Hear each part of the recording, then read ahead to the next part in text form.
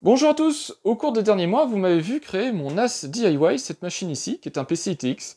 Dans une série de vidéos, je vous expliquais comment retenir du matériel, que ce soit les composants à l'intérieur, carte mère, processeur, mémoire et compagnie, mais aussi l'assemblage global de tout ça, et le choix des disques durs, puisque c'est extrêmement important de correctement choisir ces disques durs, tout ça pour créer ce NAS DIY. Mais cette vidéo-ci ne va pas se focaliser que sur ce NAS DIY, puisque vous le savez peut-être, mais dans mon bureau, je suis aussi équipé d'un NAS grand public, qui est un NAS Synology. Ici, c'est un DS213R de chez Synology, mais ça pourrait être du matériel de chez QNAP, de chez Western Digital, de chez Asustor, peu importe, des NAS grand public qui eux aussi sont équipés de plusieurs disques durs.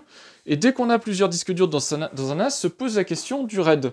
Le RAID, qui est une technologie qui permet de mettre ensemble plusieurs disques pour augmenter soit leur performance, soit leur fiabilité.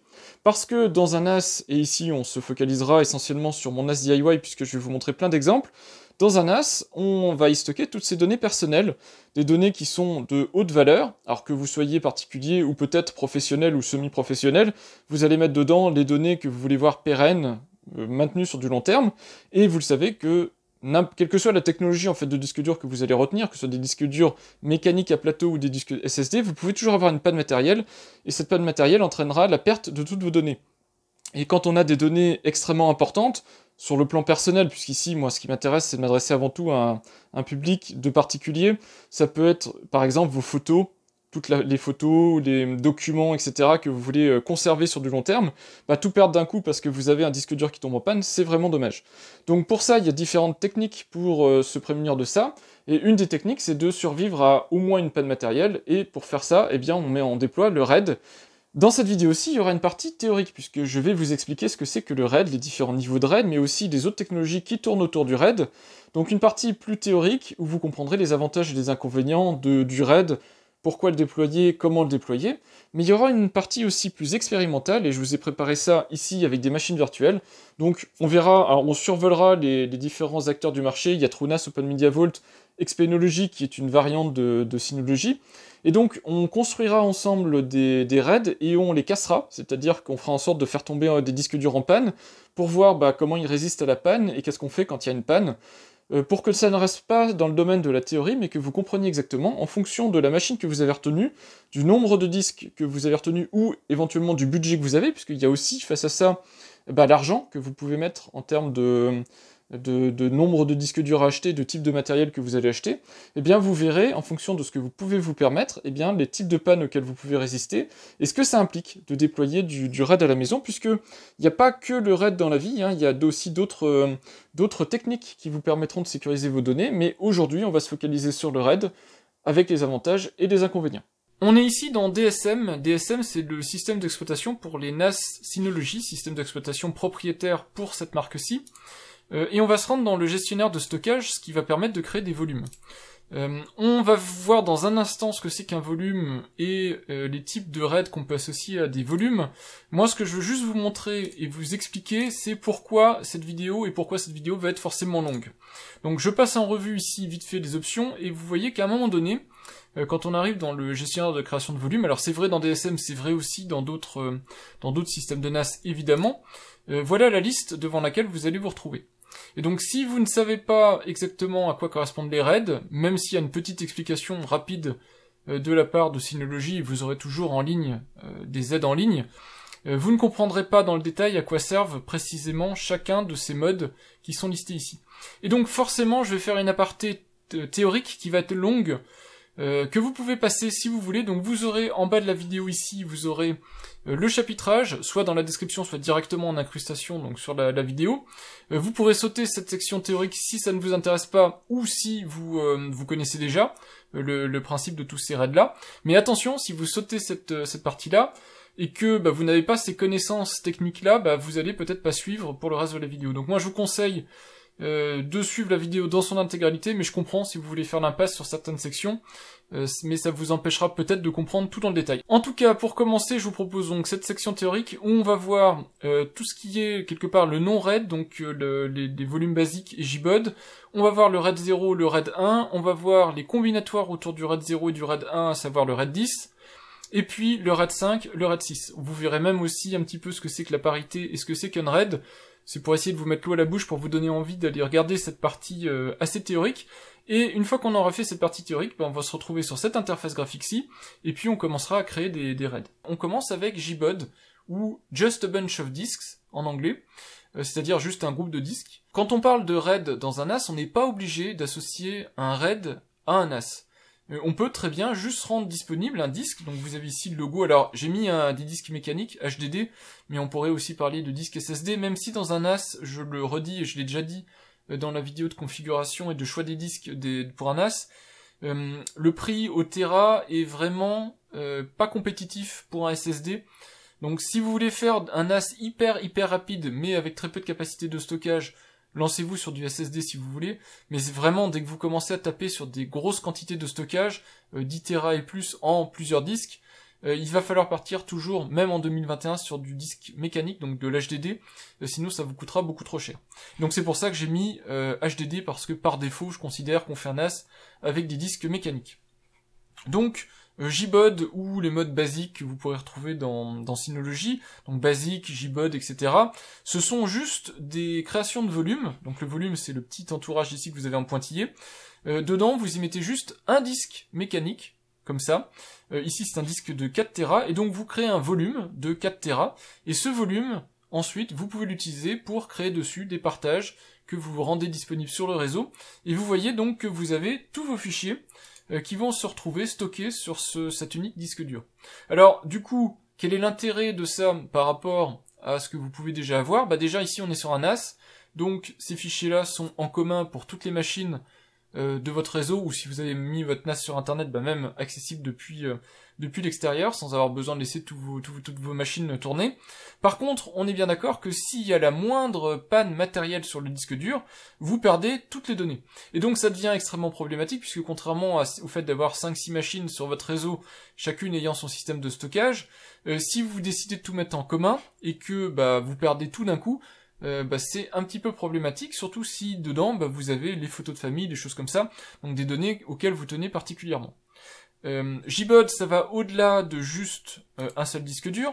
Vous avez aussi la capacité en JBOD d'associer dans un volume unique, donc virtuellement c'est vu comme un seul disque dur, vous pouvez associer 2 disques ou plus. Ici je vous ai mis 2 disques de capacité différentes, donc 4 Tera et 6 Tera, et au final vous avez un volume global de 10 Tera. Ce volume global de 10 Tera, il va être utilisé au mieux par votre système NAS en répartissant dessus des fichiers. De la même manière, ce système ne va être absolument pas tolérant à la panne. Donc, ce qui va se passer, c'est que si vous perdez un disque, il y a de fortes chances que vous perdiez le contenu intégral de toutes les données du volume JBOD. Il y a certains volumes JBOD qui vont résister à une panne matérielle en faisant en sorte que, éventuellement, l'autre disque qui n'est pas tombé en panne soit toujours accessible et on puisse lire les données qui sont dessus, mais c'est pas le cas de tous les JBOD. Donc faites très attention quand vous vous lancez sur ce type de stockage, ça n'a pas grand intérêt de mettre des disques comme ça dans un volume unique, surtout ça n'améliore ni les performances ni la fiabilité, donc autant partir sur des volumes avec un seul disque dedans. Moi c'est ce que je fais depuis des années, c'est le plus fiable, mais par contre vous n'avez pas de tolérance à la panne, et je vous déconseille cette structure-là, vous avez un volume avec plusieurs disques dedans. En tout cas sans système RAID autour. Donc, JBOD, pour résumer, c'est des disques de capacité différente avec aucune perte d'espace. Donc vous voyez ici que même si les disques ne font pas la même capacité, 4 et 6 Tera, à la fin on conserve les 10 Tera au total, qu'on fasse 2 volumes ou un seul volume de 10 Tera. Et par contre, aucune résistance, aucune tolérance à la panne. Si jamais un disque lâche, faut partir du principe que vous pouvez perdre toutes vos données. Du coup, face à ça, on passe au RAID. RAID, ça veut dire historiquement Redundant Arrays of Inexpensive Disks, mais ça veut dire aussi Redundant Array of Independent Disks, parce que avec le temps, les disques durs sont devenus de plus en plus gros, de plus en plus complexes, avec des vitesses de rotation qui augmentent, des caches qui augmentent, de moins en moins coûteux, de plus en plus performants, de moins en moins coûteux, et donc on est basculé sur une définition où on met en avant dans le RAID plutôt des capacités supplémentaires plutôt que le coût en lui-même. Je vous ai mis en dessous l'article qui vient de l'université de Berkeley, qui date de 1987, qui est le premier article qui a mis en place quelque part les concepts de RAID. Donc vous voyez que c'est pas quelque chose de tout jeune, et donc comme ça vous permet de remettre ça un peu dans l'histoire du PC. Vous voyez que c'est quelque chose d'assez ancien, et quelque chose qui est vraiment existant depuis très longtemps. Donc c'est pas des concepts nouveaux. Le RAID, je précise aussi, avant qu'on rentre plus dans le détail dans cette vidéo, et je le redirai en conclusion, mais le RAID ce n'est absolument pas de la sauvegarde. C'est-à-dire que un système RAID ne va pas vous protéger des dégâts physiques. Si vous avez chez vous un vol, une inondation, un feu, une tempête, peu importe, quelque chose qui va dégrader physiquement votre NAS, vous ne conserverez pas vos données. Donc ça ne va pas vous protéger contre ça. Donc on peut imaginer très facilement par exemple un incendie, si vous n'avez pas mis en place les procédures de sauvegarde de vos données, vous perdrez toutes vos données, que vous ayez fait un RAID avec des disques qui coûtent hyper cher ou pas, vous perdrez toutes vos données. Et de la même manière, ça ne vous protège pas contre vous-même et vos pratiques, c'est-à-dire que si jamais vous allez un petit peu trop vite en besogne et que vous supprimez massivement des répertoires dans votre NAS, ou que vous vous faites infecter par un ransomware qui se met à chiffrer toutes vos données, eh bien, le RAID, il va répliquer ça sur l'ensemble des disques de secours, etc. Et donc, vous pouvez potentiellement rendre toutes vos données inaccessibles parce que vous n'aurez pas mis en place des pratiques de sauvegarde. Alors, les pratiques de sauvegarde, j'en ai parlé dans des vidéos dédiées, qui sont assez vieilles sur ma chaîne, mais qui sont, je pense, toujours d'actualité. Vous pouvez aller les consulter si ça vous intéresse. Mais ici, on va parler du RAID. Le RAID, son seul et unique objectif, c'est de supporter la défaillance matérielle. La défaillance matérielle, en général, des disques de stockage en eux-mêmes, puisque vous pouvez aussi avoir des défaillances matérielles qui sont les contrôleurs et la machine en elle-même. Alors faites très attention, dans le RAID que je vais évoquer ici, on va parler du RAID grand public, donc du RAID logiciel. Il y a des cartes contrôleurs RAID qui existent, qui permettent d'accélérer un petit peu les transferts fichiers, etc. Mais ces cartes sont tellement spécifiques, propriétaires, que souvent, c'est compliqué, quand vous avez une carte qui lâche, par exemple, de redéplacer votre RAID sur un autre système. Il faut avoir exactement le même contrôleur RAID et compagnie. Donc nous on va parler de RAID logiciel qui est beaucoup plus souple et beaucoup plus grand public. Et on commence avec le tout premier système RAID qui s'appelle le RAID 0 ou RAID stripping, qui s'appelle aussi en français volume agrégé par bande. Son principe n'est absolument pas de sécuriser vos données. Son principe est le suivant. Imaginez que vous voulez stocker un fichier, donc ici je vous ai mis un petit fichier PDF, vous voulez le stocker sur un volume de 2 disques.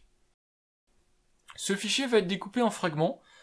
Et l'objectif du RAID 0, c'est de faire en sorte d'optimiser en fait l'exploitation des 2 disques pour que la performance soit maximale. Donc en fait, il va répartir en fait ces fragments sur les 2 disques en parallèle, ce qui va permettre de maximiser les capacités des 2 disques. Sur un système de RAID, en général, sauf cas particulier, on verra que Synology SHR en est un, mais si vous n'avez pas des disques de capacité similaire, vous allez avoir directement de la capacité brute de perdu. Donc ici par exemple, 2 disques durs, un de 4 Tera, un de 6 Tera, et bien la capacité totale sera de 8 Tera et non de 10 Tera. Et donc qu'est-ce que va permettre ce RAID 0 ? De meilleures performances, que ce soit en lecture ou en écriture, puisque vous parallélisez toutes les opérations entre 2 disques, ou plus, puisqu'on peut faire du RAID 0, mais aussi des autres RAID sur plusieurs disques, sur plus de 2 disques. Pas ou très peu de perte de capacité, c'est à partir du moment où vous faites les choix de stockage de capacité équivalente. Par contre, aucune tolérance de la panne, exactement comme JBOD, la perte d'un disque, et là on le voit particulièrement bien parce qu'en plus ces données sont découpées en fragments, la perte d'un disque vous fait perdre l'intégralité de votre volume, et donc vous perdez instantanément toutes les données sans possibilité de les récupérer. Sauf si vous envoyez évidemment vos disques durs en réparation, et que la société spécialisée qui va s'en occuper, qui va vous prendre très cher, est capable de récupérer les données qui étaient dessus. Mais bon, ça c'est des cas extrêmement particuliers, sinon il n'y a aucune chance de récupérer ces données, puisque vous n'aurez que la moitié des données, et donc vous ne pourrez plus rien en faire. Et donc, à ça, il y a un pendant, qui est le RAID 1, ou RAID mirroring en anglais, ou disque en miroir en français. Et le but de ce RAID-là, c'est la résistance à la panne matérielle. Donc c'est exactement au niveau de ce qu'on voit ici, comme un RAID 0 en termes de ce qu'on vous demande, c'est-à-dire il faut au moins 2 disques. Ici, je vous ai fait exactement le même exemple, donc vous avez un disque de 4 Tera et un disque de 6 Tera. La différence, c'est qu'un des 2 disques va être un disque clone ou un disque miroir. Et donc, si on écrit des fichiers sur un disque, vous aurez exactement le même contenu qui va être copié par le RAID 1, donc par le logiciel du RAID 1, ou si vous avez un contrôleur matériel, le matériel, mais je vous le redis, oubliez les contrôleurs matériels pour faire du RAID. Donc vous allez avoir exactement le même contenu qui va être copié sur les 2 disques. Vous voyez que la sanction est immédiate. Instantanément, vous allez avoir la capacité totale de votre volume qui est réduite à la capacité d'un des disques du volume. Alors en plus, si vous faites le mauvais choix d'avoir des disques de capacité différente, vous perdez déjà les 2 Tera de ce disque-là, ce disque 2, puisque vous perdez la capacité brute du disque de 6 Tera puisque l'autre ne fait que 4 Tera. Et ensuite, vous n'avez la capacité que d'un disque, puisque le deuxième sert de clone. Donc vous avez au final 4 Tera sur les 10 Tera bruts que vous aviez acheté initialement. Donc on voit une capacité réduite à celle d'un seul disque. Et donc ce RAID 1, vous aurez compris, c'est la résistance à la panne. Même si un disque vient tomber en panne, donc imaginons ce disque là tombe en panne, vous avez de toute façon toutes les données qui sont dans ce disque 1. Donc vous pouvez toujours y accéder en continu, il n'y a pas de perte d'utilisation. Et dès que possible, alors si possible vous avez toujours un disque neuf qui traîne sur une étagère, sinon vous en achetez un très rapidement, vous le rajoutez ce disque neuf dans votre volume, vous le laissez reconstruire, et automatiquement vous allez avoir un nouveau RAID 1 qui va être opérationnel et refiabilisé, et donc vous pourrez continuer comme ça sans interruption de service à accéder à vos données qui se trouvent dans le RAID. Donc vous voyez, RAID 1, la première étape quelque part quand on veut sécuriser ces données, résister à une panne matérielle, c'est-à-dire un disque dur qui lâche. Alors du coup on peut se poser la question pourquoi j'ai parlé du RAID 0 dans un NAS, c'est pas forcément nécessairement toujours le cas le plus intéressant. Et bien c'est parce que derrière, souvent quand on a des machines avec 4 B ou 4 emplacements de disques, on va être amené à faire un mix entre le RAID 1 et le RAID 0. Qu'est-ce que c'est que ce RAID 1 plus 0 ? Imaginez que vous avez acheté 4 disques durs de capacité identique, le RAID 1 plus 0 va vous créer automatiquement des volumes RAID 1 pour des associations de 2 disques. Donc vous allez avoir chacun vous allez avoir en fait 2 paires de 2 disques qui vont être créés en RAID 1, donc avec sécurisation des données, et autour de ça vous allez avoir un RAID 0 qui va être construit. Et ce RAID 0 va vous permettre de récupérer quelque part un petit peu de performance dans l'accès aux fichiers et dans les capacités de vos disques. Donc vous voyez qu'on a ici 4 disques, donc on a en tout 16 Tera, c'est pour ça que je vous l'ai mis en dessous, hein, vous avez un total de 16 Tera brut achetés. Pour autant, étant donné qu'on est sur un mélange entre un RAID 1 et un RAID 0, vous perdez directement ce disque de 4 Tera et ce disque de 4 Tera puisque vous faites à l'intérieur un RAID 1. Donc vous perdez 2 disques en termes de capacité brute, et donc vous avez un stockage total de 8 Tera. 8 Tera qui est résistant maintenant à une panne matérielle, toujours. Donc imaginez par exemple que vous perdez ce disque-là, donc ce disque-là devient mort. Vous voyez que ça n'affecte en rien votre stockage. Évidemment, il va être dégradé, il va falloir très rapidement remplacer ce disque par un autre neuf. Mais en attendant, vous avez toujours accès aux données puisque votre machine est toujours opérationnelle. Ce RAID 1 plus 0 est aussi résistant à 2 pannes, mais ça c'est 2 pannes si vous avez de la chance. Et malheureusement, quand on a des pannes, souvent on n'a pas de chance. Mais si vous avez un petit peu de chance et que la deuxième panne se trouve dans le deuxième volume RAID 1, donc je vous ai mis à nouveau celui-là, mais ça pourrait être l'autre disque du volume, peu importe. Si c'est un de ces disques durs-là qui lâche, à nouveau, vous n'aurez pas de souci. Parce que vous n'aurez pas de souci. Il faudra quand même racheter maintenant 2 disques durs au lieu d'en acheter un, mais en tout cas, vous aurez toujours accès à vos données.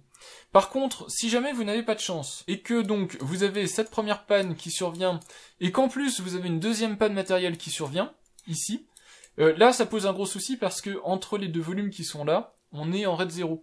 Et je vous ai expliqué qu'en RAID 0, si vous perdez un des deux volumes, vous perdez tout le RAID. Et donc, parce que ici, vous avez perdu un des deux volumes internes de votre RAID 0, bah vous perdez l'intégralité des données, vous avez tout perdu d'un coup.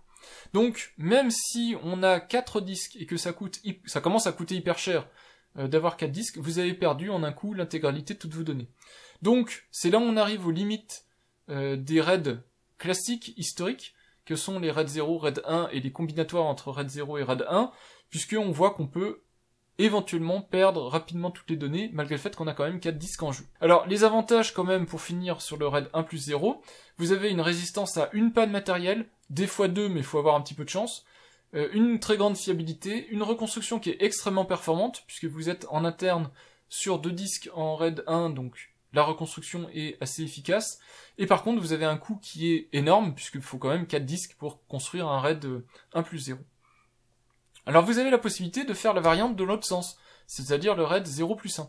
Le RAID 0 plus 1, c'est la même idée, sauf que vous commencez par, en interne en fait, hein, c'est pas vous qui le faites, mais en interne, on commence par créer un RAID 0, donc en associant 2 disques, on crée un deuxième volume RAID 0 en associant 2 autres disques, qu'on met dans un volume RAID 1. On a exactement les mêmes caractéristiques en termes de capacité brute et de capacité restituée, puisqu'il ne reste que 8 Tera sur les 16 Tera. Par contre, là je vous laisse regarder et rechercher pourquoi, mais comme on crée le RAID à l'envers, quelque part, ce RAID est beaucoup moins efficace sur de nombreuses choses. En particulier, il est beaucoup moins fiable, il est moins résistant aux pannes. Sa reconstruction va être beaucoup plus lente parce qu'il est basé, initialement, il est basé sur des RAID 0 en interne, et donc ça va prendre plus de temps pour reconstruire tout ça.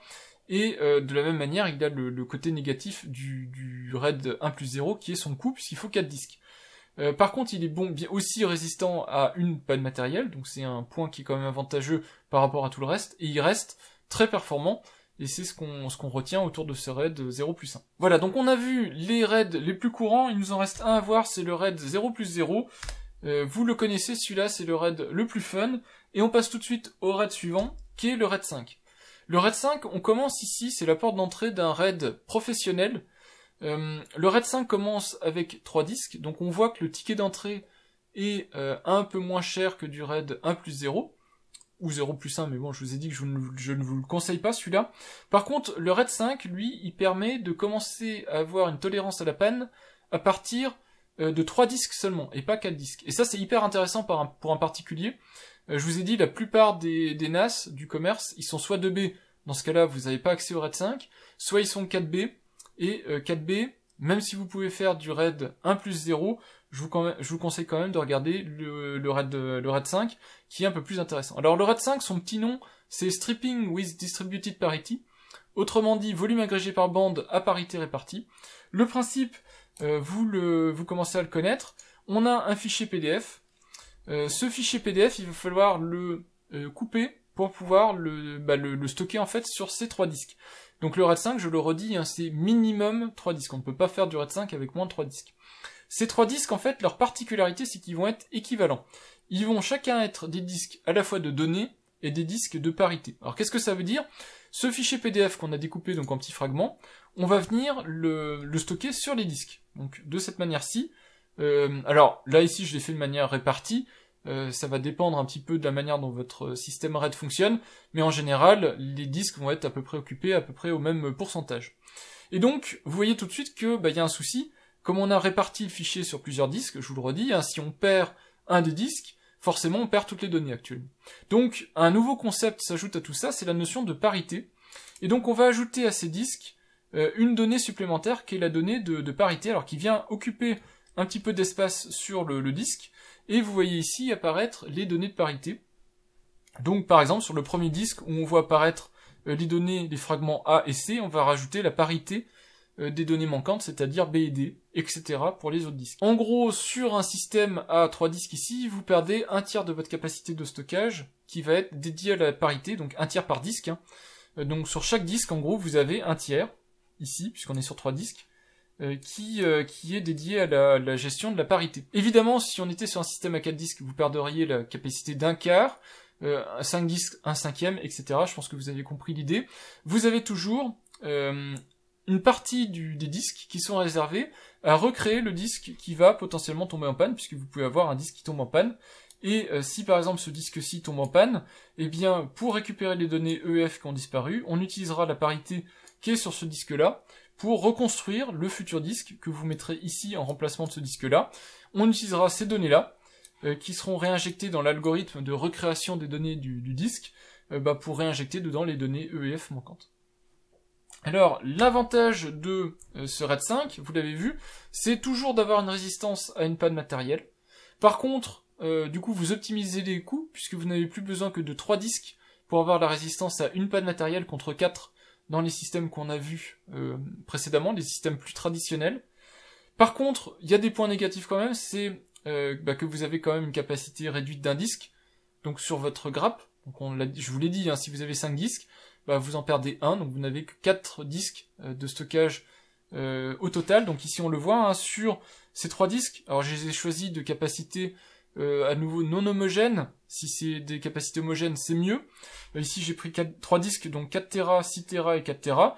Donc on a une capacité brute de 14 Tera, mais au final il nous reste 8 Tera de stockage. Donc capacité réduite d'un disque, on en a parlé aussi, le temps de reconstruction, donc cet algorithme-là qui permet, à partir des données de parité, de reconstruire un disque, eh bien, il est assez long à déclencher, donc vous allez mettre un certain temps avant que votre système RAID revienne à l'équilibre, revienne protégé une fois que vous aurez remplacé le disque. Et surtout, et le plus grave, et c'est quelque chose dont on se prémunit pas assez, vous risquez une seconde panne matérielle. Pourquoi? Parce que quand vous allez essayer de reconstruire ce disque-là, vous allez fortement solliciter tous les autres disques de votre système RAID, qui doivent déjà continuer à fournir des services habituels, mais en plus reconstruire le RAID, donc ils vont être fortement sollicités, et en général, du matériel fortement sollicité, s'il y a des petites défaillances, le risque d'être mis en évidence, et le matériel risque de lâcher.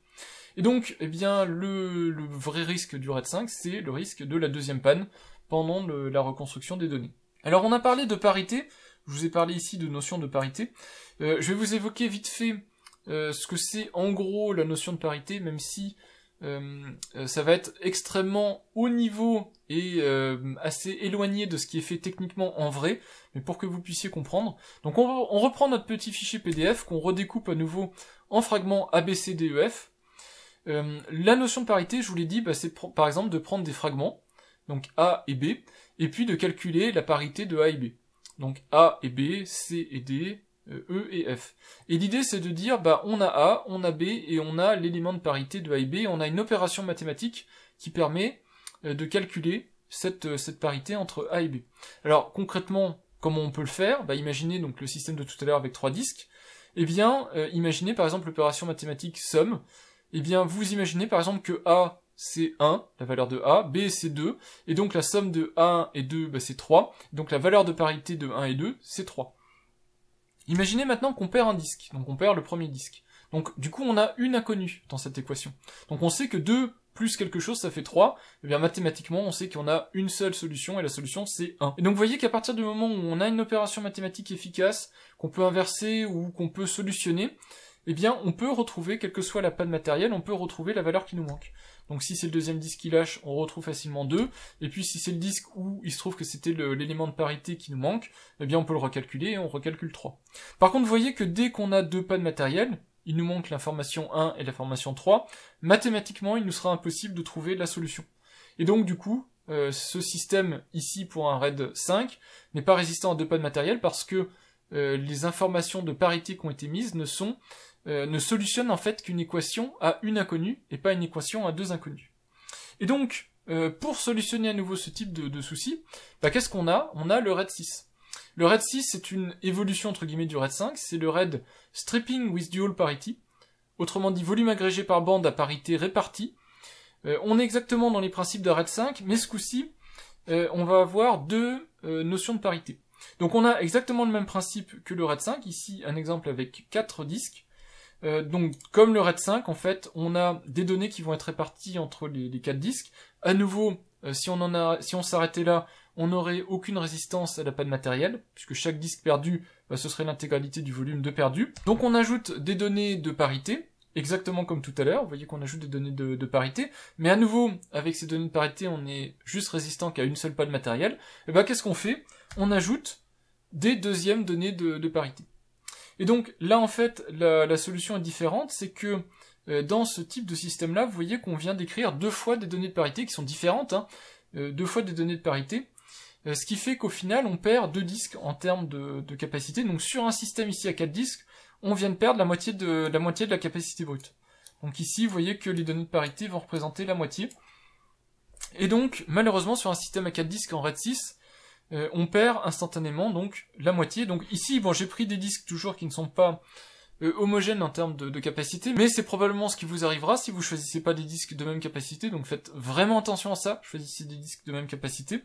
Donc vous voyez que si vous choisissez des disques 4, 6 Tera, et que vous les mettez ensemble dans un RAID 6, déjà vous allez être limité aux capacités les plus petites, donc 4 Tera, et que vous garderez l'équivalent de N-2 disques, donc ici 4 moins 2, c'est-à-dire 2 disques, donc vous aurez 2 fois 4 Tera, donc 8 Tera de capacité sur un total de 20 Tera, puisqu'ici on avait 20 Tera brut. Donc vous voyez que c'est pas super efficace, et votre porte-monnaie va se mettre à pleurer, mais en même temps, vous avez la résistance à deux pannes matérielles. Donc là, dans ce système-là, vous pouvez avoir un premier disque qui tombe en panne, et un deuxième disque qui tombe en panne.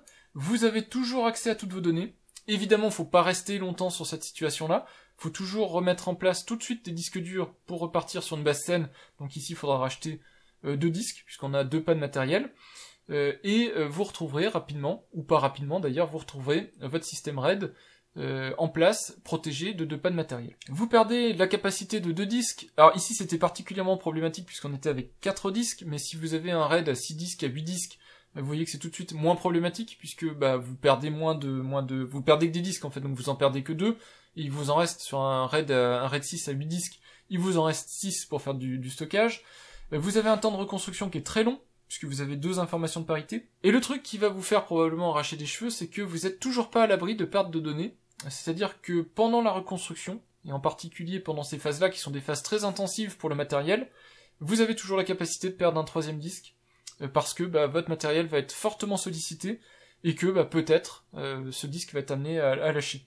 Et c'est pour ça que je reviens sur un des conseils, une des remarques que je vous avais faites quand je vous avais parlé de l'achat des disques et des bonnes pratiques. N'achetez jamais des disques qui viennent du même fournisseur, de la même marque et qui sont dans la même série. Faites attention à faire varier, si possible, les marques, en tout cas les modèles, les numéros de série, etc., pour avoir des vieillissements non homogènes de disques, pour faire en sorte que vos disques ne tombent pas, pour réduire en fait au maximum le risque que vos disques tombent en panne en même temps. Donc faire en sorte qu'ils ne tombent pas en même temps, ou réduire cette probabilité au minimum, parce que sinon, imaginez, même vous aurez pu dépenser l'argent que vous voulez, mettre un RAID 6 et vous sentir en sécurité. Si jamais vos disques ont connu le même vieillissement et que vous avez 2 disques en panne, il y a de fortes chances qu'un 3e lâche très très très rapidement et que vous ne soyez jamais en mesure de reconstruire votre RAID 6. Pendant la reconstruction du RAID 6, un 3e va lâcher et là c'est la fin. Vous perdez instantanément l'intégralité de votre volume RAID 6. Et ça, c'est fini. Vous pouvez tirer un trait là-dessus. Vous avez perdu toutes vos données. Donc c'est super important de bien choisir ces disques, de bien les commander, de bien mélanger les numéros de série, les lots, etc., de manière à faire en sorte que le risque de 3e panne soit minimisé. Et il reste une dernière chose à voir ensemble, c'est le principe Unraid, qui est une manière de faire un RAID à tolérance de panne, mais sans faire du RAID. Parce que vous avez compris qu'on est vite en difficulté quand on a des problèmes avec un RAID, et que surtout ça coûte très cher et c'est des fois complexe à mettre en place, et qu'il peut y avoir des manières un peu plus intelligentes ou un peu plus malines de faire du RAID si on est prêt à quelques compromis. Et Unraid, qui est un type de RAID entre guillemets, puisque c'est pas officiellement un RAID, mais qui est du spanning with no parity, c'est un système qui permet facilement de mettre en place des mécanismes type RAID sans avoir certains désagréments du RAID, mais avec des contreparties quand même. Alors comment ça marche Unraid? Vous avez un volume avec ici 2 disques durs. Et donc le principe c'est comme JBOD, dessus vous pouvez stocker vos fichiers. Alors le système Unraid va répartir les données de manière à ce que ça maximise l'occupation des 2 disques sans les saturer, etc. Donc en fonction de leur taille respective. Ici vous avez aucune tolérance à la panne, mais étant donné que vous avez déjà réparti vos données de manière intelligente, c'est-à-dire sans scinder les fichiers en petits fragments, si jamais vous avez une panne matérielle, vous perdez les données qui sont sur un des disques. Donc par exemple, si vous avez une panne matérielle, donc ce disque dur là, il meurt, vous perdez toutes les données qui sont dessus, mais au moins vous perdez pas les données qui sont sur l'autre disque. Donc déjà, ça c'est assez intéressant, puisque on n'a pas mis en place de RAID, mais déjà on commence à voir que on ne perd pas toutes les données qu'on a sur tous les disques. Ça peut être déjà un bon début. Mais surtout, Unraid permet de mettre en place un disque dédié, disque de parité. Alors le disque de parité doit avoir une contrainte bien particulière. Il doit faire la taille du plus gros disque que vous avez dans votre volume. Donc ici j'ai un disque de 6 Tera, celui-là, donc forcément le disque de parité doit faire 6 Tera, au minimum, ou plus. Et donc le principe est le suivant, les données vont être stockées comme d'habitude donc sur les deux disques, et vous allez avoir une image de parité de ces disques qui vont être mis sur un disque 3. Alors là, rappelez-vous directement de ce que je vous ai dit de la parité, parce que la parité, telle que je vous l'ai montré, c'est quasiment la parité ici de Unraid. C'est-à-dire qu'en fait, Unraid va prendre les clusters en fait du disque, donc il va prendre ici des petits fragments du disque, donc il va prendre qu'est-ce qu'il y a écrit à cet endroit-là du disque, qu'est-ce qu'il y a écrit à cet endroit-là du disque, et il va dire, du coup, je fais l'opération mathématique pour décider qu'est-ce qui est écrit à cet endroit-là du disque. Il va faire ça pour tous les petits fragments, comme ça, du disque, pour calculer ici les petites informations de parité partout sur les disques. Et donc ce qui est intéressant, c'est que ça ne prendra pas plus que la taille maximale d'un disque. Évidemment, si vous perdez le disque de parité, bah, c'est facile à remplacer, puisque vous avez juste à remettre un disque dur et Unread va recalculer le contenu du disque de parité. Si maintenant vous perdez un disque de données, eh bien vous le remplacez, et Unread, à partir du disque de parité et du disque restant, il va être en mesure de reconstruire votre grappe, et donc de remettre en place le disque que vous avez racheté avec les données qui étaient dedans, et donc vous récupérerez ce fichier PDF que vous aviez perdu. Si maintenant vous perdez 2 disques, alors 2 cas de figure, soit vous avez vraiment pas de bol et vous perdez les 2 disques qui contiennent des données, dans ce cas-là vous avez tout perdu, on ne peut rien faire du disque de parité, soit vous perdez un disque de données et le disque de parité, dans ce cas-là vous gardez au moins les données qui se trouvaient sur ce disque-là. C'est toujours mieux que rien, vous avez conservé un disque avec les données qui sont dedans, c'est déjà pas mal. Au final, avantage inconvénient de Unread, même si Unread est spécifique au système, donc Unread, et donc c'est un système payant plus fermé que d'autres solutions, etc. C'est un système qui est facilement extensible, qui peut résister à une panne matérielle ou deux, puisque vous avez du Unread avec 2 disques de parité. Évidemment, ça c'est un investissement, puisqu'il faudra acheter 2 disques que vous réserverez à la parité, mais vous aurez une résistance à 2 pannes matérielles, ce qui est pas mal. Vous aurez également, donc comme je vous l'ai expliqué, qu'une perte partielle des données en cas de panne, c'est assez intéressant, c'est toujours mieux de perdre un petit peu que de tout perdre. Au moins vous récupérez quelques données, éventuellement si vous avez de la chance. En lecture, vous avez un seul disque qui est sollicité, puisque de toute façon les données ne sont écrites que sur un disque, donc c'est plutôt pas mal, ça permet de mettre des disques en veille, même si c'est une assez mauvaise idée de mettre des disques en veille, mais ça peut permettre d'optimiser la consommation. Et en écriture, on voit ici que si on doit ajouter un fichier dans ce disque-là, eh bien on va aller solliciter donc ce disque-là, et puis évidemment le disque de parité, puisqu'on va écrire les données de parité. Et donc de la même manière, en écriture, ce sont des opérations qui sont assez efficaces, puisque tous les disques ne sont pas sollicités. Donc ça permet en tout cas d'éviter le vieillissement prématuré des disques. Tous les disques durs ne sont pas sollicités en permanence, et ça évite d'avoir à mettre en place des solutions assez complexes de RAID pour essayer de répartir l'usure des disques ou de solliciter plus de disques que d'autres. Avec Unread, en tout cas, vous évitez ce type d'effet.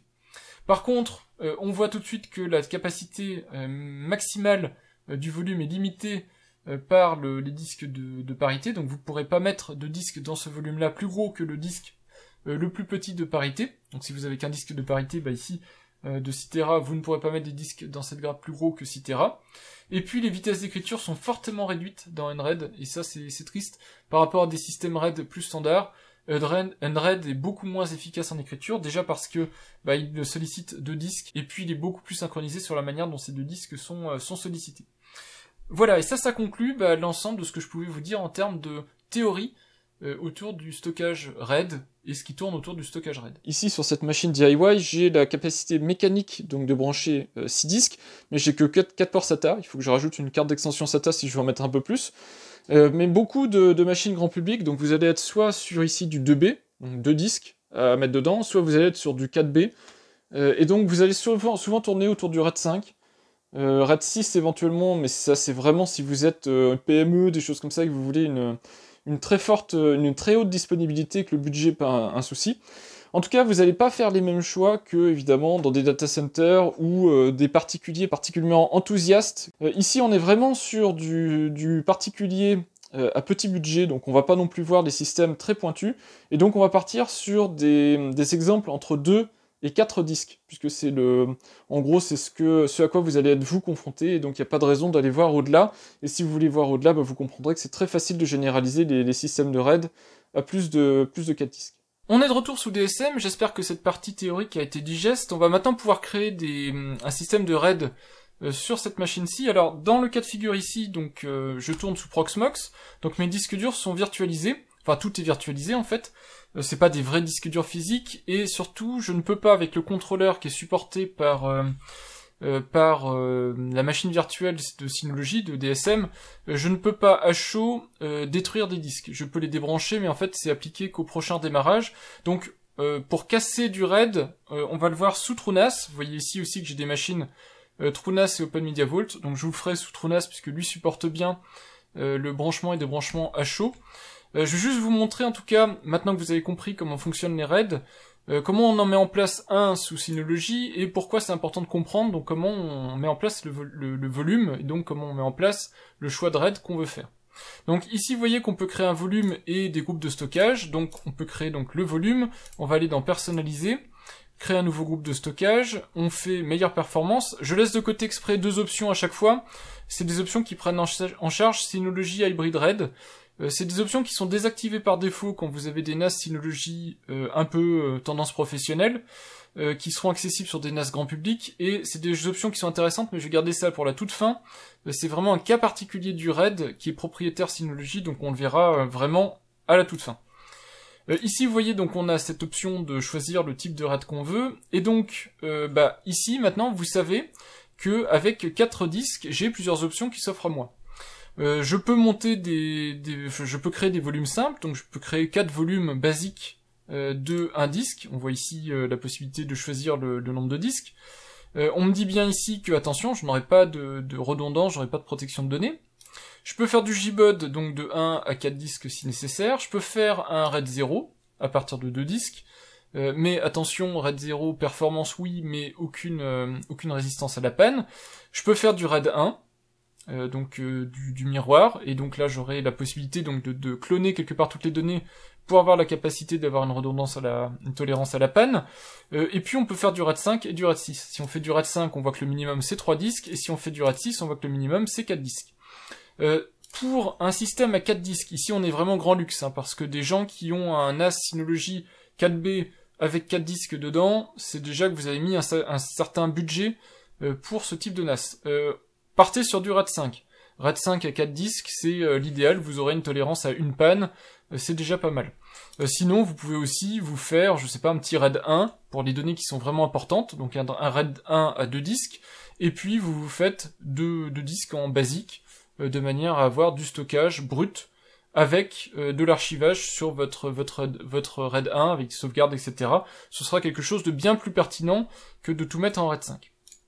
Donc nous on part sur le RAID 5, puisque autant mettre en pratique ce qu'on a vu, donc je choisis les 4 disques ici. L'étape d'après, ça va être de formater le système de fichiers, c'est-à-dire que les disques vont être assemblés dans un RAID, et on va voir ça comme un volume unique, c'est-à-dire le volume de 4 disques va être en fait un volume unique, un espace de stockage sur lequel vous pourrez y stocker des données. Et donc, comme n'importe quel volume, il faut le formater avec un système de fichiers, le système de fichiers qui permet donc d'y stocker des fichiers. 2 options s'offrent à vous côté Synology, BTRFS ou EXT4, qui sont 2 systèmes de fichiers Linux.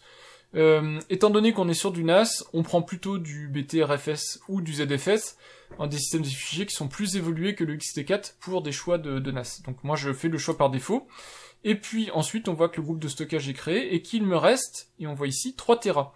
J'ai 4 disques durs d'1 Tera et Synology me dit bien que j'ai 1 Tera qui va être sacrifié pour la partie parité. Donc je vais perdre 1 Tera de stockage brut. 1 Tera, je vous répète, c'est le 1/4 de chaque disque dur, c'est pas un disque dur à louer. Donc on voit ici le résumé, j'ai plus qu'à faire appliquer, et là les disques vont être en fait formatés pour pouvoir derrière me donner accès à ce système de fichiers. Alors en général, si c'est la première fois que vous utilisez les disques, ce que va vous proposer Synology ou d'autres systèmes de NAS, c'est de faire une vérification bas niveau des disques, de manière à vérifier qu'il n'y a pas de problème sur ces disques, donc pas de secteur défectueux, pas de soucis matériels. C'est hyper important de le faire, si l'option vous est demandée, voire même de le déclencher vous manuellement, pour vérifier que les disques que vous pensez neufs, que vous avez achetés, sont en bon état en fait, et ne vont pas poser de problème, parce que si jamais ces disques posent des soucis et ont des défauts, très probablement vous allez être obligé de les retourner, et donc vous allez être embêté parce que ce seront des disques qui font partie de votre RAID, et c'est pas tardivement qu'il faut se rendre compte qu'ils marchent pas. Donc faites le nécessaire pour que les disques soient identifiés comme défectueux le plus tôt possible, et donc déclencher la vérification. Ici on voit que mon système de fichiers ne va m'être rendu que dans peut-être 1, 2, 3, 4, 5, 6 heures, 7 heures, je ne sais pas, parce que par définition les systèmes de RAID sont assez longs à faire leur cohérence de parité, même sur des systèmes qui sont vides. Donc là, ici, vous voyez que ça va avancer très doucement, et jamais on ne verra la fin de cette étape-là, en tout cas pas dans cette vidéo-là. Voilà, faudrait que je la tourne sur 3-4 jours pour pouvoir faire tout ça, si je veux casser du RAID et tout ça.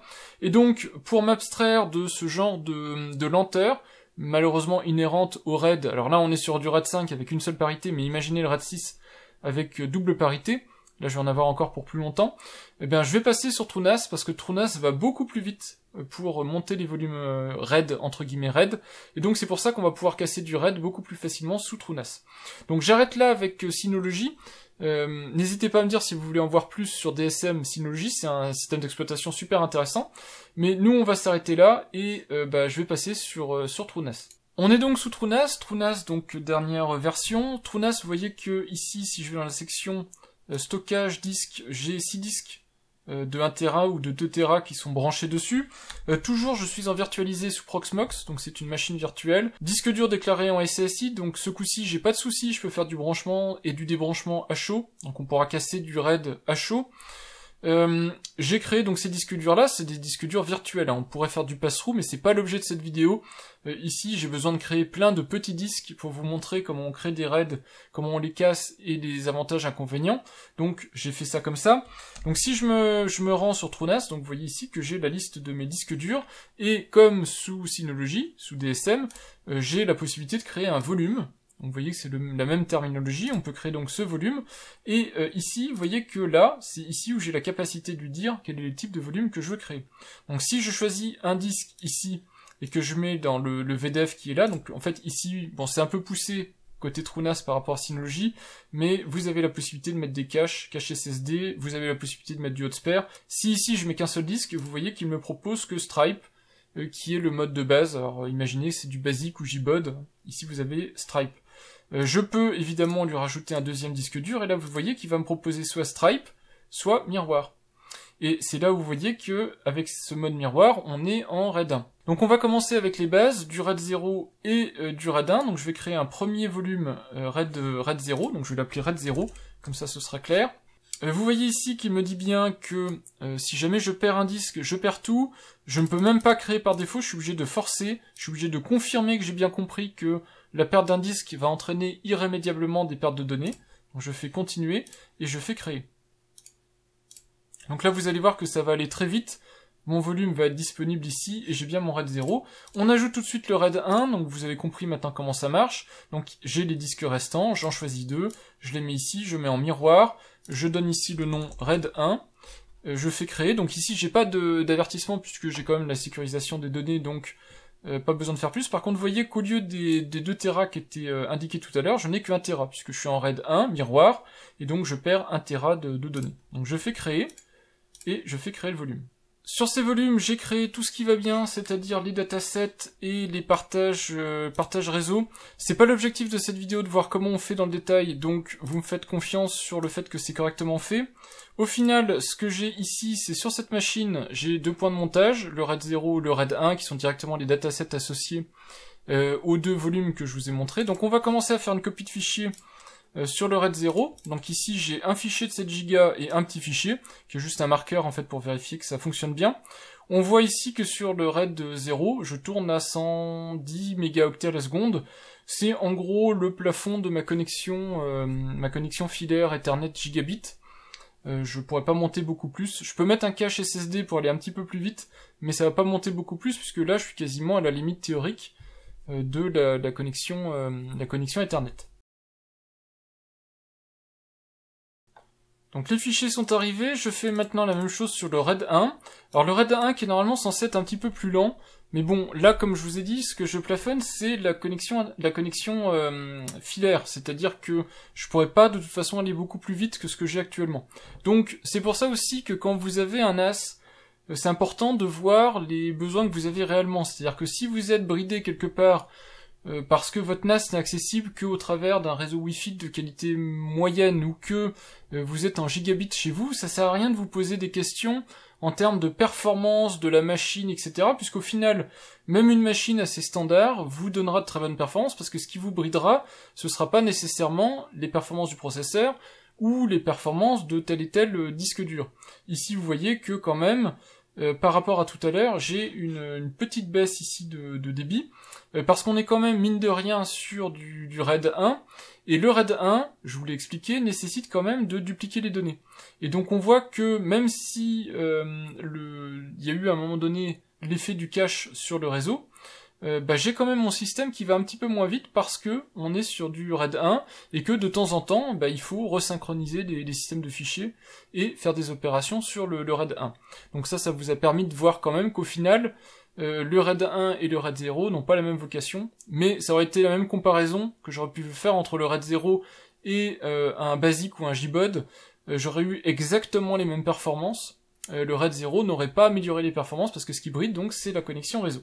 On en arrive maintenant au moment intéressant, on voit bien donc les deux points de montage qui sont équipés des fichiers que j'ai copiés dessus, et on va maintenant faire des pannes matérielles entre guillemets, en tout cas je vais simuler la panne matérielle sur chacun des RAID pour vous montrer comment ça se comporte. Donc ici on voit les disques qui sont connectés sur la machine, alors normalement ici vous aurez le nom des volumes associé au disque. Moi dans mon cas de figure je l'ai pas parce que je pense que je suis en virtualisé, donc il y a des choses qui ne fonctionnent pas exactement de la même manière. Et ici on voit mes deux volumes et on voit qu'ils sont actuellement opérationnels. Donc j'ai mon RAID 0 avec 2 Tera disponibles, enfin 2 Tera de brut accessible, et puis mon RAID 1 avec 1 seul Tera puisque donc j'ai les données qui sont répliquées. Donc on va faire tomber deux disques, donc les deux disques qui sont en RAID 0 et en RAID 1. Donc je vais détacher ce disque-ci. Et puis je vais détacher ce disque-ci. On va retourner dans TrueNAS, alors on va lui laisser le temps de voir ce qui se passe. Donc ici on voit déjà une petite notification. Le RAID 0, il y a un des périphériques qui est tombé, et que du coup je vais avoir des soucis. Donc si je change, alors je pense que la page s'est pas rafraîchie, donc je vais retourner sur volume. Voilà, on voit ici que j'ai le RAID 1 qui est en dégradé. Donc ici, le RAID 1 est censé toujours être accessible, puisque je vous l'ai dit, il y a deux disques durs, donc normalement, j'ai toujours les données, même si là, je suis en danger, puisque si jamais l'autre disque dur tombe en panne, souci. Et ici, le RAID 0, problème, le RAID 0, normalement, n'est plus disponible. Alors ce qu'on voit, c'est que le RAID 0 ici est toujours disponible sur le réseau. Pour pouvoir le voir disparaître, il faudrait que je redémarre TrueNAS. TrueNAS est en fait un cas particulier puisque le ZFS, c'est un petit peu technique, mais le ZFS travaille avec un cache mémoire. Et donc, même quand des volumes sont inaccessibles, on a quand même, pendant un certain temps, le cache mémoire qui joue son office. Et du coup, les fichiers restent quelque part en vie, ils restent en mémoire. Cependant, si ici j'essaie de faire une copie de fichier, on n'aura peut-être pas l'erreur du fichier qui a disparu, mais on devrait quand même avoir une erreur. Vous voyez ici que, alors ici il me sort une erreur d'autorisation, en fait c'est parce qu'il n'arrive pas à accéder physiquement au fichier, puisqu'il a besoin, je pense, puisque c'est un gros fichier quand même, il a besoin d'aller accéder au fichier physique, et comme il n'arrive pas à y accéder, il me sort une erreur d'autorisation. Si je fais la même opération avec le RAID 1, qui lui est en mode dégradé, mais le fichier est toujours sur un des deux disques qui est connecté sur la machine, ici vous allez voir que la copie se fait. Alors la copie se fait à une vitesse aussi qui ne sature pas ma connexion réseau, mais vous voyez que le fichier est accessible, et il faudrait que le deuxième disque dur du RAID 1 tombe en panne pour que vraiment j'ai perdu ce fichier. Donc là vous voyez instantanément la différence entre RAID 0 et RAID 1. Je vais redémarrer TrueNAS, que vous voyez quand même que le RAID a disparu. On se retrouve donc après le redémarrage de TrueNAS, qui a eu énormément de mal à redémarrer parce que malheureusement, et ça je le sais pas, et c'est d'ailleurs quand on expérimente ce genre de choses qu'on s'en rend compte, puisque il y a assez peu de personnes finalement qui ont les disques durs qui tombent en panne et qui voient ce que ça donne. TrueNAS avait énormément de mal à s'éteindre parce que son volume RAID 0 était inaccessible. Il essayait de finaliser proprement son extinction et il n'y arrivait pas. Toujours est-il qu'au redémarrage, on voit bien maintenant que les volumes sont dans des états attendus, c'est-à-dire on a RAID 0 en offline et RAID 1 en dégradé. Donc c'est exactement le même statut que si on va ici, vous verrez donc RAID 0 inaccessible, RAID 1 dégradé. Du coup, quand on va dans le partage réseau Windows, on voit que sur la machine TrueNAS, on n'a plus accès à RAID 0, évidemment, il a disparu puisque la partie cache mémoire a sauté en même temps que le redémarrage. On n'a plus accès qu'à RAID 1, par contre on voit que RAID 1 est toujours correct. Donc si ici je reprends un répertoire cible, je peux bien copier les données, j'ai pas de souci, donc j'ai perdu aucune donnée. On va finir la démo en réparant le RAID, donc je retourne sous TrueNAS, on voit que de toute façon le RAID 0 c'est mort. Alors j'imagine que les disques que j'ai débranchés ici dans Proxmox sont matériellement endommagés, c'est-à-dire qu'on ne pourra rien en faire, on ne pourra pas les récupérer, on ne peut pas les rebrancher et les faire repartir, ils sont finis, sont morts. Donc pour le RAID 0, c'est ce que je vous ai dit, c'est fini, les données sont définitivement perdues, c'est pour ça que le RAID 0 dans un NAS, c'est pas forcément super adapté, puisque instantanément, même si j'ai toujours un des deux disques durs qui est branché, qui est opérationnel, qui est ce disque ici, SSI2, eh bien ce disque contient des données qui sont maintenant complètement inutiles puisque l'autre disque, son pendant en fait, n'est plus là. Par contre pour le RAID 1, je vais pouvoir faire quelque chose, je vais pouvoir reconstruire ma grappe RAID 1. Donc pour ça on va la réparer, donc on va aller dans le statut ici du volume, donc on voit qu'il y a un disque qui a sauté, le disque avec cet identifiant là, il est removed, donc il est supprimé, mais je peux le remplacer. Donc je peux dire que je vais récupérer un des autres disques, alors par exemple celui-là. Donc je prends DA2, je dis bien que c'est ce que je vais faire, je remplace le disque. Et donc là c'est comme si je venais mécaniquement, dans une baie par exemple, de brancher un nouveau disque. Donc on voit qu'il est en train de remplacer le disque, c'est-à-dire que ici il va formater le disque, et il va appliquer le RAID 1 sur ce disque. Et on voit maintenant que mon RAID 1 est reconstruit. Donc ça a pas pris beaucoup, ça prend pas beaucoup de temps en fait parce qu'il n'y a pas beaucoup de données et TrueNAS est extrêmement efficace sur ce type de choses-là. Mais on voit qu'il faut quand même un certain temps. Donc ici il scanne, il va recopier des données, ça lui prend un petit peu de temps. Et tôt ou tard mon volume va être remis en état online. Là il est resilver, donc il est en train d'être remis, il est en train d'être requalifié dans un état normal. Voilà, donc là resilver finish. Et donc maintenant quand je vais dans volume ici, on voit qu'à nouveau, avec mon tout nouveau disque tout neuf que j'ai remis, j'ai récupéré un statut online, et maintenant il n'y a plus de souci, en fait j'ai récupéré mon Tera tolérant à une panne, puisque j'ai un nouveau de disque dur opérationnel.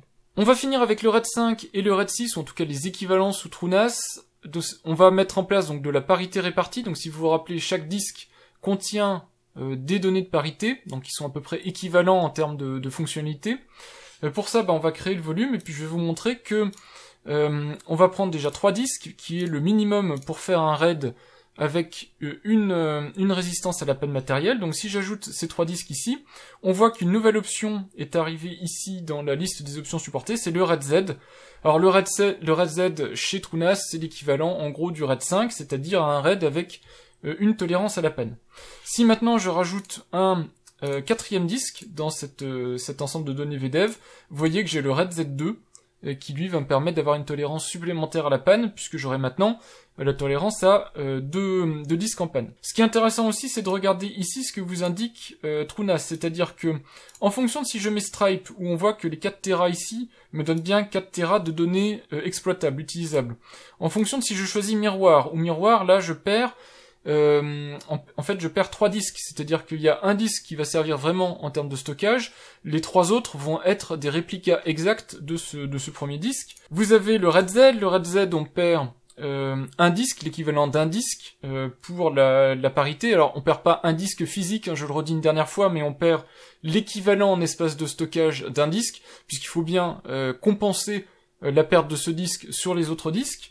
Et vous avez le RAID Z2, donc on voit qu'on perd l'équivalent de 2 disques, c'est-à-dire on divise par 2 ici, puisqu'on en a 4 en tout des disques, on divise par 2 la capacité totale. Donc on part sur du RAID Z, ici, donc je vais l'appeler RAID 5 pour simplifier la situation, mais ça reste du RAID Z. Je fais créer, et puis on se retrouve, donc je vais déplacer les données, puis je vais vous faire une panne. Je perds donc la copie de fichier directement sur le RAID 5, on va juste surveiller aussi la vitesse de copie. Ici, à nouveau, je n'ai pas mis en place de système de cache SSD sur mon système TrueNAS. Dans la vraie vie, on mettrait en général un cache SSD pour garantir la vitesse, le débit en tout cas de copie. Mais on va voir ici qu'on est autour aussi des 110 mégaoctets à la seconde, exactement comme un RAID 0. Voilà, donc la copie se termine. On voit maintenant que j'ai accès aux fichiers. Donc les fichiers sont sur mon RAID 5 ou mon RAID Z. Je vais maintenant donc casser ce RAID, donc à nouveau je vais dans Proxmox, je vais faire tomber un des disques, donc on va prendre celui-là, je vais le détacher. On retourne dans TrueNAS, on va surveiller le volume. Alors dans TrueNAS en général, vous allez avoir une petite notification ici, mais de temps en temps, je sais pas pourquoi, ça fonctionne pas en temps réel, c'est un petit peu dommage. En tout cas là on voit ici degraded, donc on a bien ici l'information qu'il y a eu quelque chose qui s'est passé, j'ai pas l'alerte. Donc pour le moment, si j'avais un système de mail ou autre, j'aurais pas été encore informé. Donc de temps en temps, ça se passe pas toujours très bien. En tout cas ici, on voit bien que y a un souci, mais mon système est toujours opérationnel et j'ai toujours accès aux fichiers qui sont là. Alors évidemment, je vous rappelle, il y a toujours cet effet de mémoire. Je vais faire tomber un deuxième disque, puisqu'ici on sait par la théorie, on sait que ça fonctionne. Je vais juste faire tomber un nouveau disque. Et là, on va voir que c'est la cata. Dans TrueNAS, on va perdre ce RAID. Voilà. Et là, TrueNAS est dans les choux. C'est-à-dire qu'il est plus capable de me donner des indications sur le volume en lui-même. Vous voyez qu'ici, il tourne, il n'est pas capable de me donner de valeur. Le tableau de bord est mort. Et si je vais voir dans la console, je pense qu'on aura des choses pas très jolies. Vous voyez, problème de lecture, écriture. Et donc là, TrueNAS est un peu perdu. Alors moi, je m'attendais à mieux quand j'ai fait ces tests-là. Je m'attendais quand même à ce que ce soit mieux supporter ces pertes de disques à chaud, même si on n'est pas dans des situations idéales. En tout cas, là, quand on est dans cette situation-là, le seul moyen de récupérer un TrueNAS fonctionnel que j'ai trouvé, c'est de l'éteindre, brutalement ou pas, et de revenir dans TrueNAS pour avoir des informations sur ce qui s'est passé. Là, il va être dans une situation où il peut plus me dire ce qui s'est passé. Voilà, j'ai redémarré TrueNAS, j'ai les notifications qui sont apparues, alors qu'elles n'étaient pas apparues en temps réel quand chacun des disques successivement est tombé en panne. Et on voit aussi que le RAID 5 est offline, et si je vais dans la partie stockage ici, on voit que le RAID 5 n'est plus accessible. Alors, je sais pas si le fait que ces notifications-là n'arrivent pas en temps réel est lié au fait que je suis en virtualisé. Peut-être, c'est tout à fait possible. Et puis je simule pas des vrais pannes matérielles, je simule des disques durs qui sont comme s'ils étaient débranchés à chaud. Mais je m'attendais en tout cas à ce que ça fonctionne en temps réel, et surtout que TrueNAS gère mieux cet état de panne. Alors, ici j'ai fait tomber donc le RAID 5. Si on va sur le partage réseau, vous verrez que de toute façon le RAID 5 n'est plus disponible sur l'adresse de TrueNAS. Et donc, suite à 2 pertes matérielles, j'ai perdu l'intégralité des données qui étaient sur ce RAID. On va faire l'équivalent maintenant en RAID 6. Donc on recommence exactement la même étape pour le RAID 6. Donc je choisis mes 4 disques de 1 Tera que je mets ici dans mes données VDEV. On voit que j'ai accès au RAID Z2, donc toujours la capacité que je vous ai dit qui est divisée par 2 par rapport à la quantité de disques, puisque c'est 4 disques de 1 Tera moins 2 fois 1 Tera, puisqu'on a 2 fois des données de parité qui sont créées. Je vais appeler ça RAID 6, même si on n'est pas vraiment sur un RAID 6 au sens strict, mais on est sur le même principe de fonctionnement, et ça va beaucoup plus vite pour moi de vous montrer sous TrueNAS, parce que vous allez voir à quelle vitesse il me crée mon pool ZFS, mais c'est impressionnant par rapport à un RAID 6, un vrai RAID 6 qui m'aurait mis un temps fou à être disponible. Ici vous voyez que je suis tout de suite opérationnel en fait. Donc je mets en place les données, et puis on se retrouve pour le test. Le RAID 6 est maintenant disponible sur le NAS, je vais copier les données. Donc là à nouveau on va avoir des bonnes performances, mais normalement, si on avait un réseau, enfin si en tout cas moi j'avais un réseau qui tiendrait un peu plus sa route que ça, c'est-à-dire au-delà du gigabit, on verrait des différences de performance entre le RAID 6 et le RAID 5, donc entre le RAID Z et le RAID Z2, parce que ça coûte quand même beaucoup plus cher en termes de ressources et en termes de performance sur les disques durs, d'écrire en double parité que d'écrire en simple parité. Normalement, dans mon cas de figure, on verra pas la différence. Les données sont maintenant sur le RAID 6, on va simuler les pannes matérielles, donc une première panne matérielle, ce premier disque. Donc à nouveau, normalement, TrueNAS devrait me notifier qu'il y a un souci. Donc on voit ici warning, premier avertissement. Alors cette page-là ne se remet pas à jour, c'est un petit peu dommage, mais si on veut récupérer l'info à jour, il faut la recharger. Donc on voit qu'on est en RAID 6 dégradé, donc on a une panne matérielle. Alors on peut avoir des informations sur les disques, éventuellement ici on peut vérifier quels sont les disques qui sont disponibles. Et on peut aussi aller voir le statut du RAID 6 ici en faisant statut, et on voit qu'on a perdu un des disques, il est listé ici. Donc je vous ai montré qu'on peut les remplacer éventuellement, si vous avez d'autres disques, vous pouvez les marquer comme hors ligne, si vraiment le disque est mort, c'est-à-dire vous savez que c'est fini.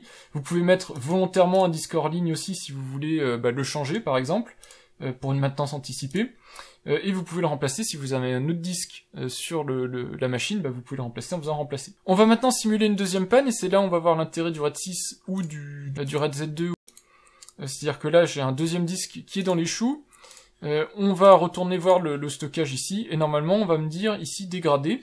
Si je n'agis pas rapidement, je perds toutes mes données, puisque je n'ai plus maintenant que les 2 disques ici qui sont opérationnels, et je n'ai plus du tout de possibilité de récupérer la perte matérielle d'un disque. Voilà, donc en gros, ça vous montre que ça fonctionne. Évidemment, je vais redémarrer dans cet état-là TrueNAS pour faire sauter la partie cache mémoire. On va récupérer donc un statut dégradé, je vais le réparer, pour vous montrer que ça marche aussi, qu'on peut réparer cet état-là. Donc j'y vais, je redémarre. Donc là, TrueNAS est en train de redémarrer, pour vous montrer que je fais les choses complètement. Donc il va vraiment physiquement redémarrer, et donc comme ça j'aurai un cache mémoire complètement réinitialisé. Voilà, donc j'arrive dans TrueNAS, il vient de démarrer, j'ai donc à nouveau mes deux avertissements critiques qui sont là, et quand on regarde mon volume RAID 6, on voit que je suis dégradé, et qu'il y a un souci. Par contre, si je me reconnecte ici sur mon montage réseau, voilà, on voit que j'ai toujours mon point de montage RAID 6, malgré le fait que j'ai perdu 2 disques physiques, et si je lance une copie de fichier, donc dans ma cible ici, donc on va prendre le gros fichier qui est là, voilà, on voit qu'il n'y a aucun souci.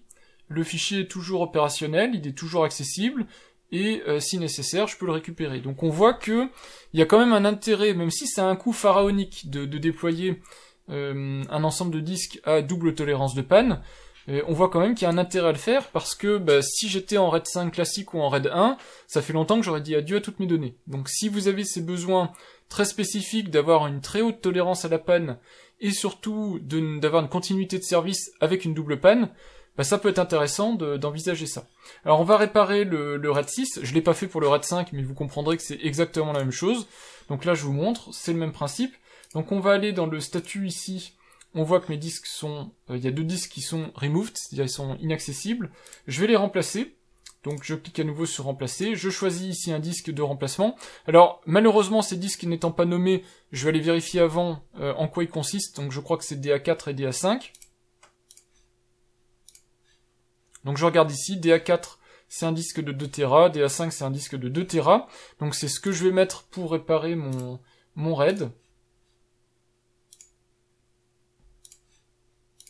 Alors, imaginons ici j'ai acheté des disques de 2 Tera parce que je trouvais pas des disques de 1 Tera à bon prix, donc je le remplace. Je vais vous montrer quand même que au final, c'est un mauvais investissement, puisque là je viens de perdre, en faisant ça j'ai perdu 1 Tera brut, c'est-à-dire que mon disque de 2 Tera que je suis en train d'ajouter dans mon NAS, j'en perds directement 1 Tera. C'est un petit peu dommage. Et puis de la même manière ici, je vais remplacer l'autre disque, qui est aussi un disque de 2 Tera, et je vais perdre instantanément 1 Tera. On voit que aussi les mécanismes, tout ce qui est autour du RAID Z, c'est des mécanismes qui sont très rapides pour requalifier une grappe ou un volume. Là où j'aurais attendu hyper longtemps avec un RAID 5 ou un RAID 6 dans Synology, sous TrueNAS, ça va vraiment aller très très vite.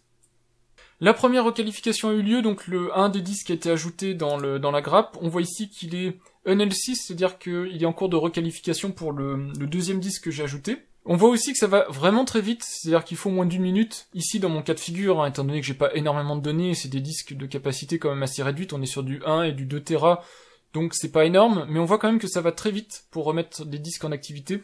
Et ça, c'est hyper important quand on est sur des contextes comme ça de NAS. Pouvoir revenir rapidement dans une situation saine, c'est important. Pour éviter justement de rester trop longtemps dans un état un peu dangereux, avec la possibilité de reperdre encore un disque.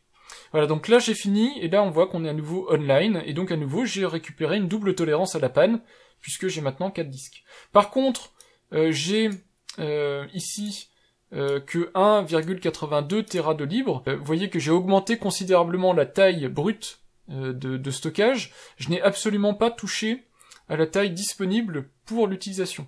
Et c'est là-dessus qu'on va presque se quitter. On va repasser sur Synology et sur le RAID hybride, parce que ce qu'il faut comprendre ici avec des systèmes de NAS classiques, que ce soit TrueNAS, OpenMediaVault ou autre, c'est que ces systèmes-là sont des systèmes RAID standards, où c'est à destination plutôt de professionnels qui ont des besoins bien chiffrés, bien quantifiés, et dès le départ, vous devez savoir quel est le type de volume que vous allez créer. Est-ce que vous voulez une tolérance à la panne de 1 disque, de 2 disques? Qu'est-ce que vous voulez comme capacité de stockage? Et ça, vous pouvez pas le changer. Une fois que vous avez fait ce choix-là, passer d'un RAID 5 à un RAID 6, ou rajouter un disque dans un RAID, ce sont des opérations qui sont assez risquées, assez compliquées. Ça se fait pas comme ça. Et c'est pour ça qu'il existe des solutions un peu plus grand public, comme ce que fait Synology avec le RAID hybride, pour pouvoir vous permettre d'avoir une petite liberté, même si c'est pas parfait, ça vous permet en tout cas de rajouter après coup des disques durs, parce que quand on est un particulier, on n'a pas forcément le budget tout de suite pour acheter 4 disques durs de 10 Tera, parce qu'on sait que dans 5 ans, on a besoin de 40 Tera ou je sais trop quoi, et qu'on part tout de suite là-dessus. On ajoute au fur et à mesure en fonction de ses moyens du moment, et donc c'est important d'avoir un système qui peut évoluer en même temps que ses besoins. Et sous DSM, si vous vous rappelez, il y a donc une option que je n'ai pas montrée, c'est l'option plus grande flexibilité qui prend en charge le RAID hybride. Donc je vais choisir de créer un SHR simple, donc avec une tolérance à la panne. Et il y a un truc qui est super intéressant, c'est que vous avez en plus la possibilité de migrer d'un SHR 1 à un SHR 2, avec une double tolérance à la panne.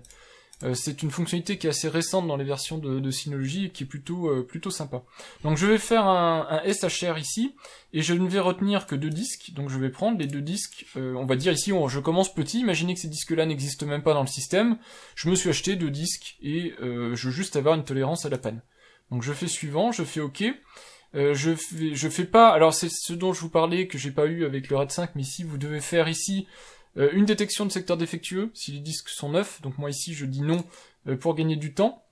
On voit ici que 2 disques sont branchés et qu'il va me rester 1 Tera sur les 2 Tera, donc ici on est sur un équivalent de RAID 1.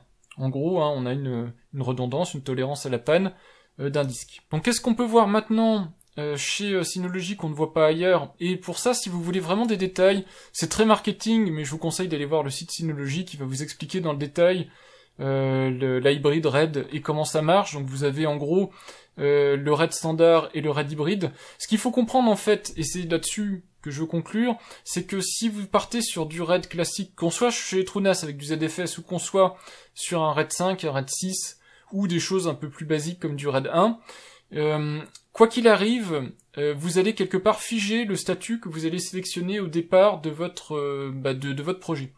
Et donc, si vous commencez avec des disques durs de 1 Tera en RAID 5, vous n'allez pas pouvoir aboutir à peut-être 10 ou 15 gigas de stockage avec ce RAID-là en particulier. Vous serez obligé à côté de créer un autre système RAID avec à nouveau plusieurs disques durs pour revenir à un système avec une tolérance à la panne acceptable. Vous ne pourrez pas exploiter non plus des disques durs de taille variée, puisque le RAID va s'adapter sur la taille la plus petite de tous les disques durs que vous avez dans votre grappe. Donc ici, par exemple, dans le cas de figure, on voit que la personne a acheté un disque dur de 500 Go, 1 Tera, 1 Tera 5, 2 Tera et 2 Tera. Eh bien, il y a, alors forcément ici c'est pire cas, mais il y a énormément de pertes.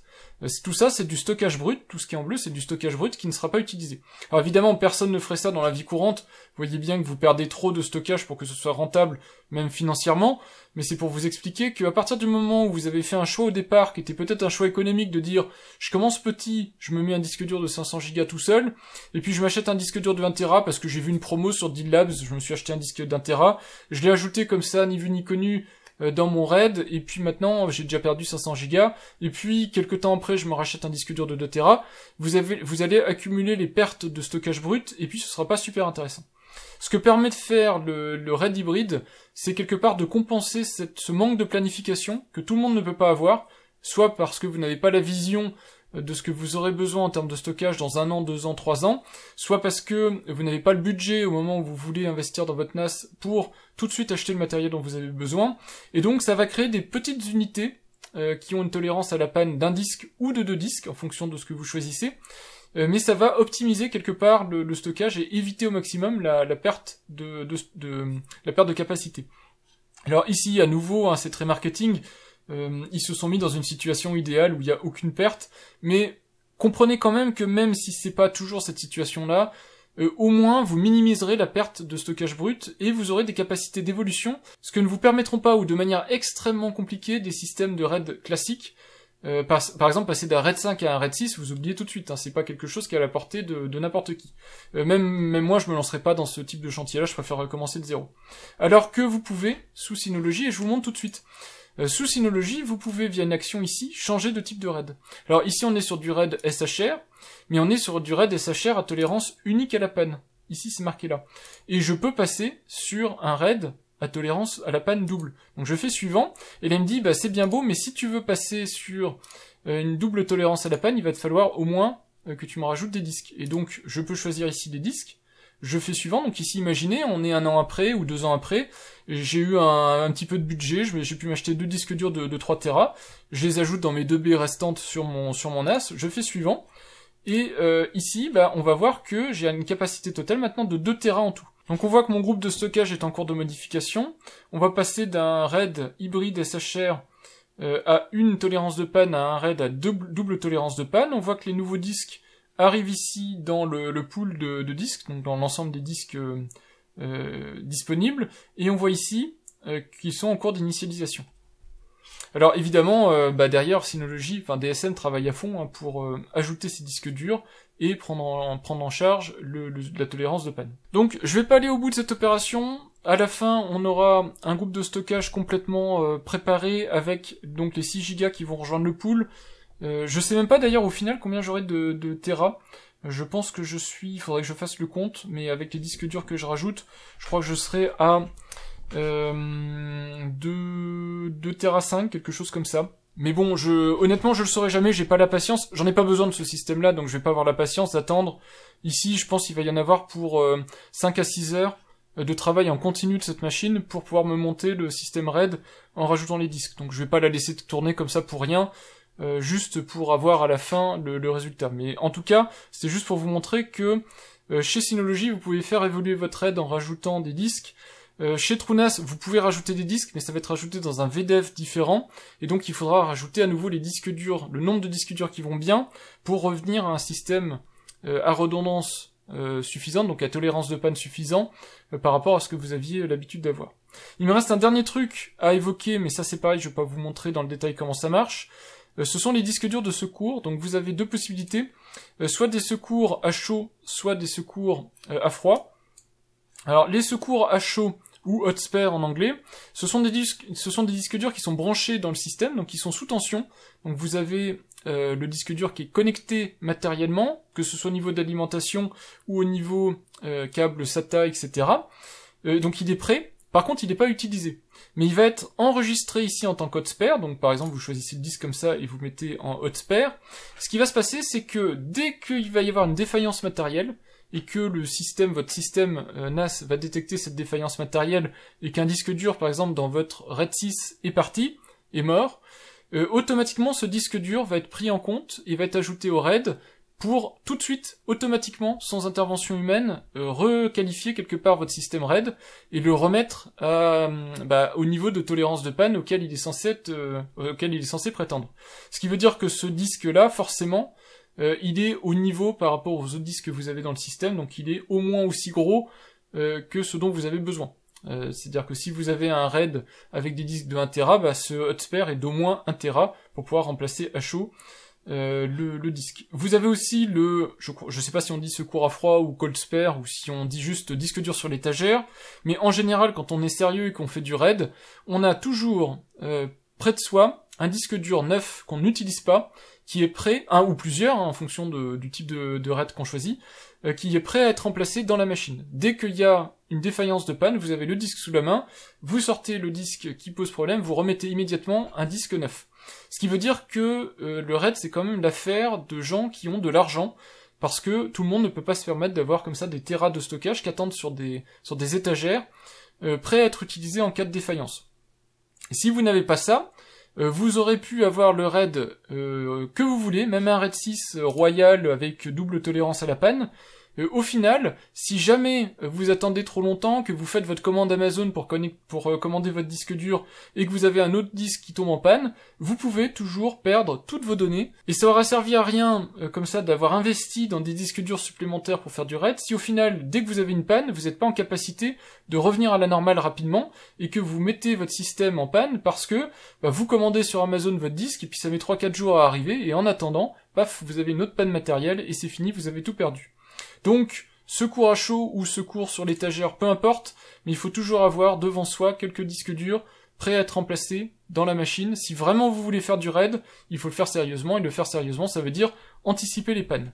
L'autre chose dont je n'ai pas parlé, et c'est valable aussi donc pour TrueNAS, c'est que vous avez la possibilité d'ajouter des caches SSD. Donc ça, on en reparlera si j'ai l'occasion de faire des vidéos sur les différents systèmes de NAS, mais en frontal de ces disques mécaniques qui sont en général lents, surtout quand vous commencez à faire de la double tolérance de panne, où là ça ralentit quand même pas mal le système de fichiers, vous avez la capacité en frontal de mettre un cache SSD, qui peut être beaucoup plus petit que la capacité totale de votre RAID, mais dont l'objectif final, c'est d'encaisser la charge quand vous faites un transfert réseau, et comme ça, vous voyez pas quelque part que vous avez un accès à des disques mécaniques qui sont un petit peu plus lents. Voilà, et avec ça, normalement, vous aurez vu l'intégralité de ce qu'il faut voir en termes de RAID, ou en tout cas la majorité de ce que je pouvais vous montrer. Évidemment, la vidéo va être ultra longue, donc on va s'arrêter là, et vous voyez que l'opération a à peine avancé, donc j'en verrai, moi, personnellement, jamais le bout.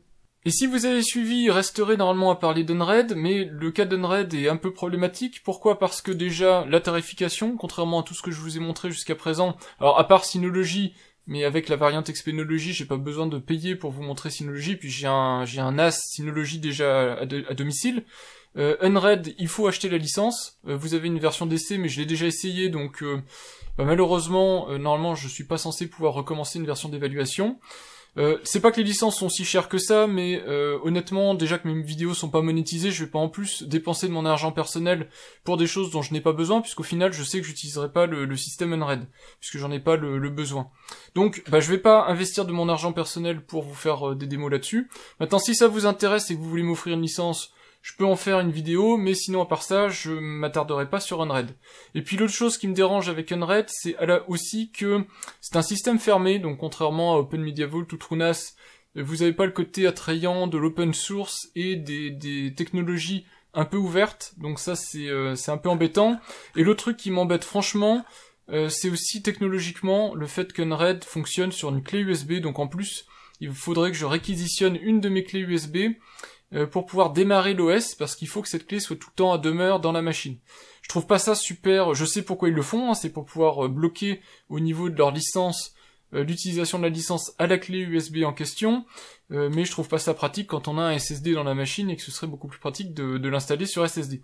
Donc au final, vous n'aurez pas de vidéo d'Unraid, mais je pense que vous avez compris le principe, qui est un peu plus intéressant qu'un RAID standard, je vous expliquais, puisque vous aurez la capacité de récupérer un petit peu de données si tout va bien, même en cas de défaillance de disque dur qui vont au-delà de la tolérance de panne que vous avez par le type de parité que vous aurez retenu, donc simple parité ou double parité. Voilà en ce qui concerne le RAID et les différents niveaux de sécurisation de vos données, mais je vous le redis, le RAID n'est pas une fin en soi quand on construit un NAS, c'est pas parce que vous avez plusieurs disques durs que forcément ces disques durs-là doivent être intégrés dans un RAID, et donc quelque part vous devez sacrifier le budget que vous avez mis en termes de disques durs et de capacité de stockage pour faire du RAID. Surtout sur des solutions grand public comme ces NAS Synology qui sont des NAS 2B, sur lequel vous pourrez de toute façon au final ne mettre que 2 disques. Si les 2 disques, vous partez sur du RAID 1, vous allez saborder votre capacité de stockage pour pas grand chose au final, puisqu'en faisant une bonne, un bon stockage classique, mais avec des procédures de sauvegarde automatisées, vous pourrez avoir quelque chose de bien plus intéressant que du RAID. Certes, vous résisterez pas à la panne matérielle telle qu'elle, mais vous pourrez toujours reconstruire vos données après coup. Et surtout, toute la capacité de stockage, vous l'exploiterez à des fins utiles, alors qu'ici, en partant sur du RAID, vous quelque part, vous sacrifiez du budget pour être résistant aux pannes, et c'est pas toujours utile, hein. Je le répète une dernière fois, mais la résistance à la panne, c'est pour que si jamais un de vos disques durs tombe en panne, vous puissiez, ni vu ni connu, continuer à utiliser votre service, et tous les particuliers n'ont pas besoin d'une résistance à la panne matérielle de ce niveau-là. Vous pouvez parfois vous passer pendant quelques jours, le temps de racheter un disque dur, vous passez de votre NAS, vous remettez tranquillement votre disque dur, vous relancez votre restauration depuis vos différentes sauvegardes, et puis vous repartez, ni vu ni connu. Donc le RAID c'est bien, mais c'est pas pour tout le monde, et donc il faut absolument savoir pourquoi on déploie un RAID, parce que ça a des coûts, et donc il faut savoir dans quoi on se lance. En tout cas, j'espère que ma vidéo vous aura servi pour comprendre tout ça, et puis moi je vous dis à bientôt pour de prochaines vidéos, toujours donc sur le NAS, on verra les différents systèmes de NAS, systèmes d'exploitation, et puis on parlera donc de comment ça s'installe et comment ça se configure. Voilà, j'espère que ma vidéo vous aura intéressé, et puis moi je vous dis à bientôt pour de prochaines vidéos. Au revoir.